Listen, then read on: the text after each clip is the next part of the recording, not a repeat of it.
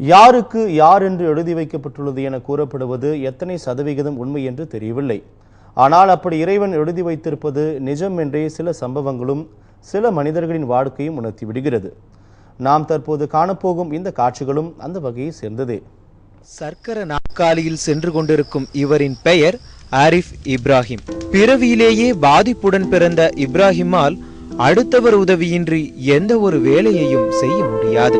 மொத்தம் 3.5 அடி உயரமே இருக்கும் இவருக்கு 2 ஆண்டுகளுக்கு முன் ஒரு செல்போன் கடையில் தன் வாழ்வின் சந்தோஷத்திற்கான சிக்னல் கிடைத்தது.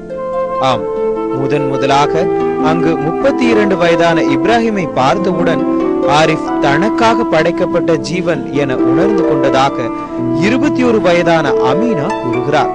தனக்கு எல்லா வகையிலும் நீதான் உதவ வேண்டும் என்று கூறியும் மனப்பூர்வமாக அதற்கு சம்மதித்த அமீனா உறவினர்களின் எதிர்ப்புகளையும் மீறி ஆரிஃபை திருமணமும் செய்து கொண்டார். திருமணம் முடிந்து 2 ஆண்டுகள் முடிந்து விட்டது இந்த தம்பதிக்கு. இப்போதும் இப்ராஹிமின் எந்த குறைபாடுகளும் தனக்கு பெரிதாக தெரியவில்லை என்றே கூறுகிறார் எல்லா வகையிலும் அவருக்கு உதவி செய்து வரும் அமீனா.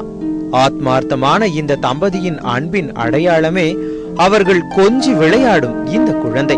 தற்போது புனேவில் வாழ்ந்து வரும் ஆரிஃப் அமீனா ஜோடியை பலரும் ஆச்சரியத்துடனேயே பார்க்கின்றனர். இன்னார்க்கு இன்னார் என்று எழுதி வைத்தானே தேவன் அன்று என்ற வார்த்தைகள் உண்மையானவையே என உணர வைக்கிறது இந்த அபூர்வ ஜோடியின் உன்னத